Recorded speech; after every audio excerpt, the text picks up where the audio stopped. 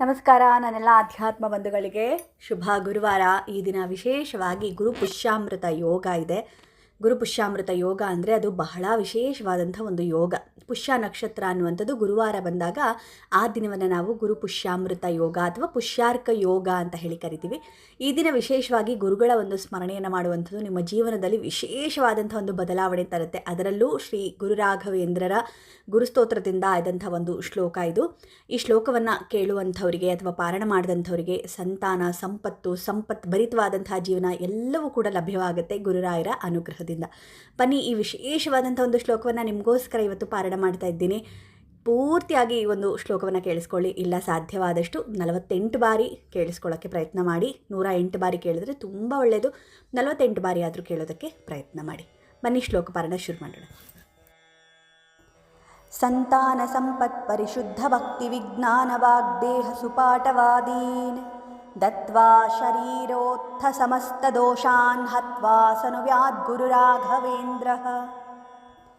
ಸಂತಾನ ಸಂಪತ್ ಪರಿಶುದ್ಧ ಭಕ್ತಿ ವಿಜ್ಞಾನ ವಾಗ್ದೇಹ ಸುಪಾಟವಾದೀನ್ ದತ್ವಾ ಶರೀರೋತ್ಥ ಸಮಸ್ತ ದೋಷಾನ್ ಹತ್ವಾ ಸನುವ್ಯಾದ್ ಗುರು ರಾಘವೇಂದ್ರಃ.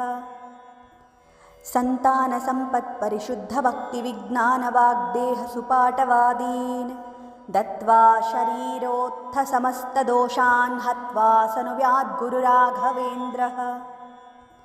ಸಂತಾನ ಸಂಪತ್ ಪರಿಶುದ್ಧ ಭಕ್ತಿ ವಿಜ್ಞಾನ ವಾಗ್ದೇಹ ಸುಪಾಟವಾದೀನ್ ದತ್ವಾ ಶರೀರೋತ್ಥ ಸಮಸ್ತ ದೋಷಾನ್ ಹತ್ವಾ ಸನುವ್ಯಾದ್ ಗುರು ರಾಘವೇಂದ್ರಃ. ಸಂತಾನ ಸಂಪತ್ ಪರಿಶುದ್ಧ ಭಕ್ತಿ ವಿಜ್ಞಾನ ವಾಗ್ದೇಹ ಸುಪಾಟವಾದೀನ್ ದತ್ವಾ ಶರೀರೋತ್ಥ ಸಮಸ್ತ ದೋಷಾನ್ ಹತ್ವಾ ಸನುವ್ಯಾದ್ ಗುರು ರಾಘವೇಂದ್ರಃ. ಸಂತಾನ ಸಂಪತ್ ಪರಿಶುದ್ಧ ಭಕ್ತಿ ವಿಜ್ಞಾನ ವಾಗ್ದೇಹ ಸುಪಾಟವಾದೀನ್ ದತ್ವಾ ಶರೀರೋತ್ಥ ಸಮಸ್ತ ದೋಷಾನ್ ಹತ್ವಾ ಸನುವ್ಯಾದ್ ಗುರು ರಾಘವೇಂದ್ರಃ. ಸಂತಾನ ಸಂಪತ್ ಪರಿಶುದ್ಧ ಭಕ್ತಿ ವಿಜ್ಞಾನ ವಾಗ್ದೇಹ ಸುಪಾಟವಾದೀನ್ ದತ್ವಾ ಶರೀರೋತ್ಥ ಸಮಸ್ತ ದೋಷಾನ್ ಹತ್ವಾ ಸನುವ್ಯಾದ್ ಗುರು ರಾಘವೇಂದ್ರಃ.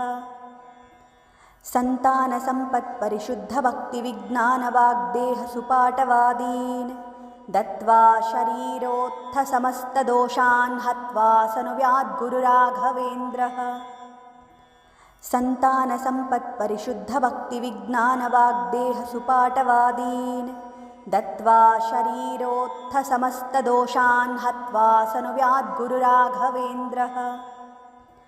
ಸಂತಾನ ಸಂಪತ್ ಪರಿಶುದ್ಧ ಭಕ್ತಿ ವಿಜ್ಞಾನ ವಾಗ್ದೇಹ ಸುಪಾಟವಾದೀನ್ ದತ್ವಾ ಶರೀರೋತ್ಥ ಸಮಸ್ತ ದೋಷಾನ್ ಹತ್ವಾ ಸನುವ್ಯಾದ್ ಗುರು ರಾಘವೇಂದ್ರಃ. ಸಂತಾನ ಸಂಪತ್ ಪರಿಶುದ್ಧ ಭಕ್ತಿ ವಿಜ್ಞಾನ ವಾಗ್ದೇಹ ಸುಪಾಟವಾದೀನ್ ದತ್ವಾ ಶರೀರೋತ್ಥ ಸಮಸ್ತ ದೋಷಾನ್ ಹತ್ವಾ ಸನುವ್ಯಾದ್ ಗುರು ರಾಘವೇಂದ್ರಃ. ಸಂತಾನ ಸಂಪತ್ ಪರಿಶುದ್ಧ ಭಕ್ತಿ ವಿಜ್ಞಾನ ವಾಗ್ದೇಹ ಸುಪಾಟವಾದೀನ್ ದತ್ವಾ ಶರೀರೋತ್ಥ ಸಮಸ್ತ ದೋಷಾನ್ ಹತ್ವಾ ಸನುವ್ಯಾದ್ ಗುರು ರಾಘವೇಂದ್ರಃ. ಸಂತಾನ ಸಂಪತ್ ಪರಿಶುದ್ಧ ಭಕ್ತಿ ವಿಜ್ಞಾನ ವಾಗ್ದೇಹ ಸುಪಾಟವಾದೀನ್ ದತ್ವಾ ಶರೀರೋತ್ಥ ಸಮಸ್ತ ದೋಷಾನ್ ಹತ್ವಾ ಸನುವ್ಯಾದ್ ಗುರು ರಾಘವೇಂದ್ರಃ. ಸಂತಾನ ಸಂಪತ್ ಪರಿಶುದ್ಧ ಭಕ್ತಿ ವಿಜ್ಞಾನ ವಾಗ್ದೇಹ ಸುಪಾಟವಾದೀನ್ ದತ್ವಾ ಶರೀರೋತ್ಥ ಸಮಸ್ತ ದೋಷಾನ್ ಹತ್ವಾ ಸನುವ್ಯಾದ್ ಗುರು ರಾಘವೇಂದ್ರಃ. ಸಂತಾನ ಸಂಪತ್ ಪರಿಶುದ್ಧ ಭಕ್ತಿ ವಿಜ್ಞಾನ ವಾಗ್ದೇಹ ಸುಪಾಟವಾದೀನ್ ದತ್ವಾ ಶರೀರೋತ್ಥ ಸಮಸ್ತ ದೋಷಾನ್ ಹತ್ವಾ ಸನುವ್ಯಾದ್ ಗುರು ರಾಘವೇಂದ್ರಃ. ಸಂತಾನ ಸಂಪತ್ ಪರಿಶುದ್ಧ ಭಕ್ತಿ ವಿಜ್ಞಾನ ವಾಗ್ದೇಹ ಸುಪಾಟವಾದೀನ್ ದತ್ವಾ ಶರೀರೋತ್ಥ ಸಮಸ್ತ ದೋಷಾನ್ ಹತ್ವಾ ಸನುವ್ಯಾದ್ ಗುರು ರಾಘವೇಂದ್ರಃ. ಸಂತಾನ ಸಂಪತ್ ಪರಿಶುದ್ಧ ಭಕ್ತಿ ವಿಜ್ಞಾನ ವಾಗ್ದೇಹ ಸುಪಾಟವಾದೀನ್ ದತ್ವಾ ಶರೀರೋತ್ಥ ಸಮಸ್ತ ದೋಷಾನ್ ಹತ್ವಾ ಸನುವ್ಯಾದ್ ಗುರು ರಾಘವೇಂದ್ರಃ. ಸಂತಾನ ಸಂಪತ್ ಪರಿಶುದ್ಧ ಭಕ್ತಿ ವಿಜ್ಞಾನ ವಾಗ್ದೇಹ ಸುಪಾಟವಾದೀನ್ ದತ್ವಾ ಶರೀರೋತ್ಥ ಸಮಸ್ತ ದೋಷಾನ್ ಹತ್ವಾ ಸನುವ್ಯಾದ್ ಗುರು ರಾಘವೇಂದ್ರಃ. सन्तानसम्पत्परिशुद्धभक्तिविज्ञानवाग्देहसुपाटवादीन् दत्त्वा शरीरोत्थसमस्तदोषान् हत्वा सनुयाद्गुरुराघवेन्द्रः। सन्तानसम्पत्परिशुद्धभक्तिविज्ञानवाग्देहसुपाटवादीन् दत्त्वा शरीरोत्थसमस्तदोषान् हत्वा सनुयाद्गुरुराघवेन्द्रः। सन्तानसम्पत्परिशुद्धभक्तिविज्ञानवाग्देहसुपाटवादीन् दत्त्वा शरीरोत्थसमस्तदोषान् हत्वा सनुयाद्गुरुराघवेन्द्रः। सन्तानसम्पत्परिशुद्धभक्तिविज्ञानवाग्देहसुपाटवादीन् दत्त्वा शरीरोत्थसमस्तदोषान् हत्वा सनुयाद्गुरुराघवेन्द्रः। सन्तानसम्पत्परिशुद्धभक्तिविज्ञानवाग्देहसुपाटवादीन् दत्त्वा शरीरोत्थसमस्तदोषान् हत्वा सनुयाद्गुरुराघवेन्द्रः। सन्तानसम्पत्परिशुद्धभक्तिविज्ञानवाग्देहसुपाटवादीन् दत्त्वा शरीरोत्थसमस्तदोषान् हत्वा सनुयाद्गुरुराघवेन्द्रः। सन्तानसम्पत्परिशुद्धभक्तिविज्ञानवाग्देहसुपाटवादीन् दत्त्वा शरीरोत्थसमस्तदोषान् हत्वा सनुयाद्गुरुराघवेन्द्रः। सन्तानसम्पत्परिशुद्धभक्तिविज्ञानवाग्देहसुपाटवादीन् दत्त्वा शरीरोत्थसमस्तदोषान् हत्वा सनुयाद्गुरुराघवेन्द्रः। सन्तानसम्पत्परिशुद्धभक्तिविज्ञानवाग्देहसुपाटवादीन् दत्त्वा शरीरोत्थसमस्तदोषान् हत्वा सनुयाद्गुरुराघवेन्द्रः। सन्तानसम्पत्परिशुद्धभक्तिविज्ञानवाग्देहसुपाटवादीन् दत्त्वा शरीरोत्थसमस्तदोषान् हत्वा सनुयाद्गुरुराघवेन्द्रः। सन्तानसम्पत्परिशुद्धभक्तिविज्ञानवाग्देहसुपाटवादीन् दत्त्वा शरीरोत्थसमस्तदोषान् हत्वा सनुयाद्गुरुराघवेन्द्रः। सन्तानसम्पत्परिशुद्धभक्तिविज्ञानवाग्देहसुपाटवादीन् दत्त्वा शरीरोत्थसमस्तदोषान् हत्वा सनुयाद्गुरुराघवेन्द्रः। सन्तानसम्पत्परिशुद्धभक्तिविज्ञानवाग्देहसुपाटवादीन् दत्त्वा शरीरोत्थसमस्तदोषान् हत्वा सनुयाद्गुरुराघवेन्द्रः। सन्तानसम्पत्परिशुद्धभक्तिविज्ञानवाग्देहसुपाटवादीन् दत्त्वा शरीरोत्थसमस्तदोषान् हत्वा सनुयाद्गुरुराघवेन्द्रः। सन्तानसम्पत्परिशुद्धभक्तिविज्ञानवाग्देहसुपाटवादीन् दत्त्वा शरीरोत्थसमस्तदोषान् हत्वा सनुयाद्गुरुराघवेन्द्रः। सन्तानसम्पत्परिशुद्धभक्तिविज्ञानवाग्देहसुपाटवादीन् दत्त्वा शरीरोत्थसमस्तदोषान् हत्वा सनुयाद्गुरुराघवेन्द्रः। सन्तानसम्पत्परिशुद्धभक्तिविज्ञानवाग्देहसुपाटवादीन् दत्त्वा शरीरोत्थसमस्तदोषान् हत्वा सनुयाद्गुरुराघवेन्द्रः। सन्तानसम्पत्परिशुद्धभक्तिविज्ञानवाग्देहसुपाटवादीन् दत्त्वा शरीरोत्थसमस्तदोषान् हत्वा सनुयाद्गुरुराघवेन्द्रः। सन्तानसम्पत्परिशुद्धभक्तिविज्ञानवाग्देहसुपाटवादीन् दत्त्वा शरीरोत्थसमस्तदोषान् हत्वा सनुयाद्गुरुराघवेन्द्रः। सन्तानसम्पत्परिशुद्धभक्तिविज्ञानवाग्देहसुपाटवादीन् दत्त्वा शरीरोत्थसमस्तदोषान् हत्वा सनुयाद्गुरुराघवेन्द्रः।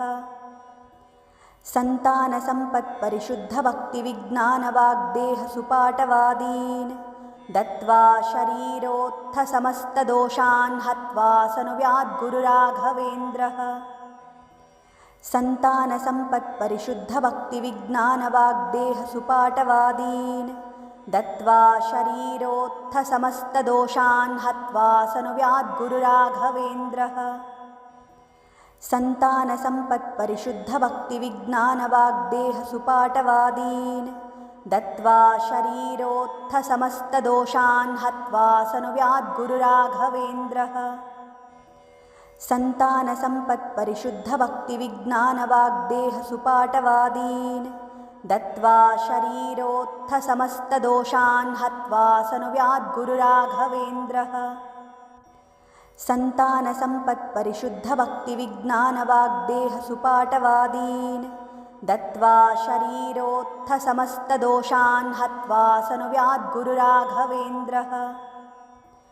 सन्तानसम्पत्परिशुद्धभक्तिविज्ञानवाग्देहसुपाटवादीन् दत्त्वा शरीरोत्थसमस्तदोषान् हत्वा सनुव्याद्गुरुराघवेन्द्रः। सन्तानसम्पत्परिशुद्धभक्तिविज्ञानवाग्देहसुपाटवादीन् दत्त्वा शरीरोत्थसमस्तदोषान् हत्वा सनुव्याद्गुरुराघवेन्द्रः। सन्तानसम्पत्परिशुद्धभक्तिविज्ञानवाग्देहसुपाटवादीन् दत्त्वा शरीरोत्थसमस्तदोषान् हत्वा सनुव्याद्गुरुराघवेन्द्रः। सन्तानसम्पत्परिशुद्धभक्तिविज्ञानवाग्देहसुपाटवादीन् दत्त्वा शरीरोत्थसमस्तदोषान् हत्वा सनुव्याद्गुरुराघवेन्द्रः। सन्तानसम्पत्परिशुद्धभक्तिविज्ञानवाग्देहसुपाटवादीन् दत्त्वा शरीरोत्थसमस्तदोषान् हत्वा सनुव्याद्गुरुराघवेन्द्रः। सन्तानसम्पत्परिशुद्धभक्तिविज्ञानवाग्देहसुपाटवादीन् दत्त्वा शरीरोत्थसमस्तदोषान् हत्वा सनुव्याद्गुरुराघवेन्द्रः। सन्तानसम्पत्परिशुद्धभक्तिविज्ञानवाग्देहसुपाटवादीन् दत्त्वा शरीरोत्थसमस्तदोषान् हत्वा सनुव्याद्गुरुराघवेन्द्रः। सन्तानसम्पत्परिशुद्धभक्तिविज्ञानवाग्देहसुपाटवादीन् दत्त्वा शरीरोत्थसमस्तदोषान् हत्वा सनुव्याद्गुरुराघवेन्द्रः। सन्तानसम्पत्परिशुद्धभक्तिविज्ञानवाग्देहसुपाटवादीन् दत्त्वा शरीरोत्थसमस्तदोषान् हत्वा सनुव्याद्गुरुराघवेन्द्रः। सन्तानसम्पत्परिशुद्धभक्तिविज्ञानवाग्देहसुपाटवादीन् दत्त्वा शरीरोत्थसमस्तदोषान् हत्वा सनुव्याद्गुरुराघवेन्द्रः। सन्तानसम्पत्परिशुद्धभक्तिविज्ञानवाग्देहसुपाटवादीन् दत्त्वा शरीरोत्थसमस्तदोषान् हत्वा सनुव्याद्गुरुराघवेन्द्रः। सन्तानसम्पत्परिशुद्धभक्तिविज्ञानवाग्देहसुपाटवादीन् दत्त्वा शरीरोत्थसमस्तदोषान् हत्वा सनुव्याद्गुरुराघवेन्द्रः। सन्तानसम्पत्परिशुद्धभक्तिविज्ञानवाग्देहसुपाटवादीन् दत्त्वा शरीरोत्थसमस्तदोषान् हत्वा सनुव्याद्गुरुराघवेन्द्रः। सन्तानसम्पत्परिशुद्धभक्तिविज्ञानवाग्देहसुपाटवादीन् दत्त्वा शरीरोत्थसमस्तदोषान् हत्वा सनुव्याद्गुरुराघवेन्द्रः। सन्तानसम्पत्परिशुद्धभक्तिविज्ञानवाग्देहसुपाटवादीन् दत्त्वा शरीरोत्थसमस्तदोषान् हत्वा सनुव्याद्गुरुराघवेन्द्रः। सन्तानसम्पत्परिशुद्धभक्तिविज्ञानवाग्देहसुपाटवादीन् दत्त्वा शरीरोत्थसमस्तदोषान् हत्वा सनुव्याद्गुरुराघवेन्द्रः। सन्तानसम्पत्परिशुद्धभक्तिविज्ञानवाग्देहसुपाटवादीन् दत्त्वा शरीरोत्थसमस्तदोषान् हत्वा सनुव्याद्गुरुराघवेन्द्रः। सन्तानसम्पत्परिशुद्धभक्तिविज्ञानवाग्देहसुपाटवादीन् दत्त्वा शरीरोत्थसमस्तदोषान् हत्वा सनुव्याद्गुरुराघवेन्द्रः। सन्तानसम्पत्परिशुद्धभक्तिविज्ञानवाग्देहसुपाटवादीन् दत्त्वा शरीरोत्थसमस्तदोषान् हत्वा सनुव्याद्गुरुराघवेन्द्रः। सन्तानसम्पत्परिशुद्धभक्तिविज्ञानवाग्देहसुपाटवादीन् दत्त्वा शरीरोत्थसमस्तदोषान् हत्वा सनुव्याद्गुरुराघवेन्द्रः। सन्तानसम्पत्परिशुद्धभक्तिविज्ञानवाग्देहसुपाटवादीन् दत्त्वा शरीरोत्थसमस्तदोषान् हत्वा सनुव्याद्गुरुराघवेन्द्रः। सन्तानसम्पत्परिशुद्धभक्तिविज्ञानवाग्देहसुपाटवादीन् दत्त्वा शरीरोत्थसमस्तदोषान् हत्वा सनुव्याद्गुरुराघवेन्द्रः। सन्तानसम्पत्परिशुद्धभक्तिविज्ञानवाग्देहसुपाटवादीन् दत्त्वा शरीरोत्थसमस्तदोषान् हत्वा सनुव्याद्गुरुराघवेन्द्रः। सन्तानसम्पत्परिशुद्धभक्तिविज्ञानवाग्देहसुपाटवादीन् दत्त्वा शरीरोत्थसमस्तदोषान् हत्वा सनुव्याद्गुरुराघवेन्द्रः। सन्तानसम्पत्परिशुद्धभक्तिविज्ञानवाग्देहसुपाटवादीन् दत्त्वा शरीरोत्थसमस्तदोषान् हत्वा सनुव्याद्गुरुराघवेन्द्रः। सन्तानसम्पत्परिशुद्धभक्तिविज्ञानवाग्देहसुपाटवादीन् दत्त्वा शरीरोत्थसमस्तदोषान् हत्वा सनुव्याद्गुरुराघवेन्द्रः। सन्तानसम्पत्परिशुद्धभक्तिविज्ञानवाग्देहसुपाटवादीन् दत्त्वा शरीरोत्थसमस्तदोषान् हत्वा सनुव्याद्गुरुराघवेन्द्रः। सन्तानसम्पत्परिशुद्धभक्तिविज्ञानवाग्देहसुपाटवादीन् दत्त्वा शरीरोत्थसमस्तदोषान् हत्वा सनुव्याद्गुरुराघवेन्द्रः। सन्तानसम्पत्परिशुद्धभक्तिविज्ञानवाग्देहसुपाटवादीन् दत्त्वा शरीरोत्थसमस्तदोषान् हत्वा सनुव्याद्गुरुराघवेन्द्रः। सन्तानसम्पत्परिशुद्धभक्तिविज्ञानवाग्देहसुपाटवादीन् दत्त्वा शरीरोत्थसमस्तदोषान् हत्वा सनुव्याद्गुरुराघवेन्द्रः। सन्तानसम्पत्परिशुद्धभक्तिविज्ञानवाग्देहसुपाटवादीन् दत्त्वा शरीरोत्थसमस्तदोषान् हत्वा सनुव्याद्गुरुराघवेन्द्रः। सन्तानसम्पत्परिशुद्धभक्तिविज्ञानवाग्देहसुपाटवादीन् दत्त्वा शरीरोत्थसमस्तदोषान् हत्वा सनुव्याद्गुरुराघवेन्द्रः। सन्तानसम्पत्परिशुद्धभक्तिविज्ञानवाग्देहसुपाटवादीन् दत्त्वा शरीरोत्थसमस्तदोषान् हत्वा सनुव्याद्गुरुराघवेन्द्रः। सन्तानसम्पत्परिशुद्धभक्तिविज्ञानवाग्देहसुपाटवादीन् दत्त्वा शरीरोत्थसमस्तदोषान् हत्वा सनुव्याद्गुरुराघवेन्द्रः। सन्तानसम्पत्परिशुद्धभक्तिविज्ञानवाग्देहसुपाटवादीन् दत्त्वा शरीरोत्थसमस्तदोषान् हत्वा सनुव्याद्गुरुराघवेन्द्रः। सन्तानसम्पत्परिशुद्धभक्तिविज्ञानवाग्देहसुपाटवादीन् दत्त्वा शरीरोत्थसमस्तदोषान् हत्वा सनुव्याद्गुरुराघवेन्द्रः। सन्तानसम्पत्परिशुद्धभक्तिविज्ञानवाग्देहसुपाटवादीन् दत्त्वा शरीरोत्थसमस्तदोषान् हत्वा सनुव्याद्गुरुराघवेन्द्रः। सन्तानसम्पत्परिशुद्धभक्तिविज्ञानवाग्देहसुपाटवादीन् दत्त्वा शरीरोत्थसमस्तदोषान् हत्वा सनुव्याद्गुरुराघवेन्द्रः। सन्तानसम्पत्परिशुद्धभक्तिविज्ञानवाग्देहसुपाटवादीन् दत्त्वा शरीरोत्थसमस्तदोषान् हत्वा सनुव्याद्गुरुराघवेन्द्रः। सन्तानसम्पत्परिशुद्धभक्तिविज्ञानवाग्देहसुपाटवादीन् दत्त्वा शरीरोत्थसमस्तदोषान् हत्वा सनुव्याद्गुरुराघवेन्द्रः। सन्तानसम्पत्परिशुद्धभक्तिविज्ञानवाग्देहसुपाटवादीन् दत्त्वा शरीरोत्थसमस्तदोषान् हत्वा सनुव्याद्गुरुराघवेन्द्रः। सन्तानसम्पत्परिशुद्धभक्तिविज्ञानवाग्देहसुपाटवादीन् दत्त्वा शरीरोत्थसमस्तदोषान् हत्वा सनुव्याद्गुरुराघवेन्द्रः। सन्तानसम्पत्परिशुद्धभक्तिविज्ञानवाग्देहसुपाटवादीन् दत्त्वा शरीरोत्थसमस्तदोषान् हत्वा सनुव्याद्गुरुराघवेन्द्रः।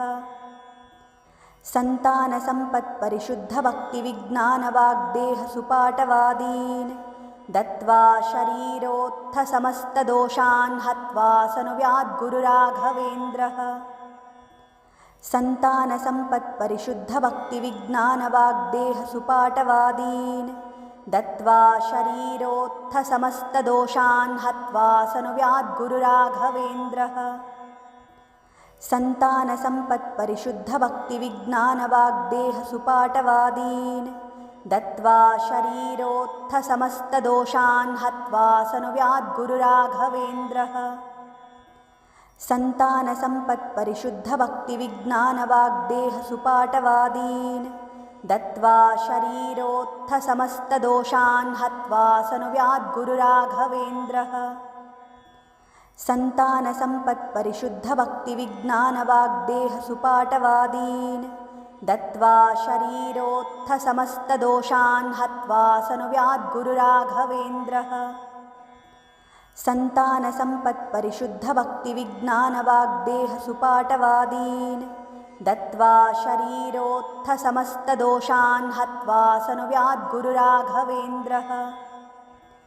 सन्तानसम्पत्परिशुद्धभक्तिविज्ञानवाग्देहसुपाटवादीन् दत्त्वा शरीरोत्थसमस्तदोषान् हत्वा सनुव्याद्गुरुराघवेन्द्रः। सन्तानसम्पत्परिशुद्धभक्तिविज्ञानवाग्देहसुपाटवादीन् दत्त्वा शरीरोत्थसमस्तदोषान् हत्वा सनुव्याद्गुरुराघवेन्द्रः। सन्तानसम्पत्परिशुद्धभक्तिविज्ञानवाग्देहसुपाटवादीन् दत्त्वा शरीरोत्थसमस्तदोषान् हत्वा सनुव्याद्गुरुराघवेन्द्रः। सन्तानसम्पत्परिशुद्धभक्तिविज्ञानवाग्देहसुपाटवादीन् दत्त्वा शरीरोत्थसमस्तदोषान् हत्वा सनुव्याद्गुरुराघवेन्द्रः। सन्तानसम्पत्परिशुद्धभक्तिविज्ञानवाग्देहसुपाटवादीन् दत्त्वा शरीरोत्थसमस्तदोषान् हत्वा सनुव्याद्गुरुराघवेन्द्रः। सन्तानसम्पत्परिशुद्धभक्तिविज्ञानवाग्देहसुपाटवादीन् दत्त्वा शरीरोत्थसमस्तदोषान् हत्वा सनुव्याद्गुरुराघवेन्द्रः। सन्तानसम्पत्परिशुद्धभक्तिविज्ञानवाग्देहसुपाटवादीन् दत्त्वा शरीरोत्थसमस्तदोषान् हत्वा सनुव्याद्गुरुराघवेन्द्रः। सन्तानसम्पत्परिशुद्धभक्तिविज्ञानवाग्देहसुपाटवादीन् दत्त्वा शरीरोत्थसमस्तदोषान् हत्वा सनुव्याद्गुरुराघवेन्द्रः। सन्तानसम्पत्परिशुद्धभक्तिविज्ञानवाग्देहसुपाटवादीन् दत्त्वा शरीरोत्थसमस्तदोषान् हत्वा सनुव्याद्गुरुराघवेन्द्रः। सन्तानसम्पत्परिशुद्धभक्तिविज्ञानवाग्देहसुपाटवादीन् दत्त्वा शरीरोत्थसमस्तदोषान् हत्वा सनुव्याद्गुरुराघवेन्द्रः। सन्तानसम्पत्परिशुद्धभक्तिविज्ञानवाग्देहसुपाटवादीन् दत्त्वा शरीरोत्थसमस्तदोषान् हत्वा सनुव्याद्गुरुराघवेन्द्रः। सन्तानसम्पत्परिशुद्धभक्तिविज्ञानवाग्देहसुपाटवादीन् दत्त्वा शरीरोत्थसमस्तदोषान् हत्वा सनुव्याद्गुरुराघवेन्द्रः।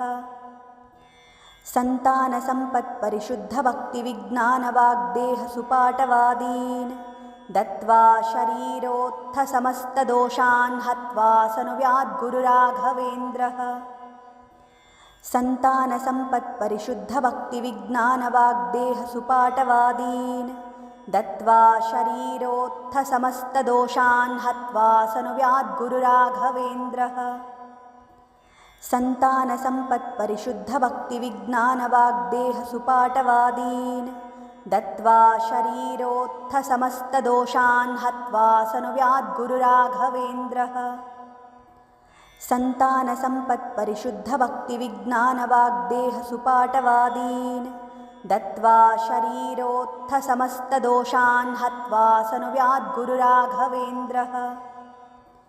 सन्तानसम्पत्परिशुद्धभक्तिविज्ञानवाग्देहसुपाटवादीन् दत्त्वा शरीरोत्थसमस्तदोषान् हत्वा सनुव्याद्गुरुराघवेन्द्रः। सन्तानसम्पत्परिशुद्धभक्तिविज्ञानवाग्देहसुपाटवादीन् दत्त्वा शरीरोत्थसमस्तदोषान् हत्वा सनुव्याद्गुरुराघवेन्द्रः।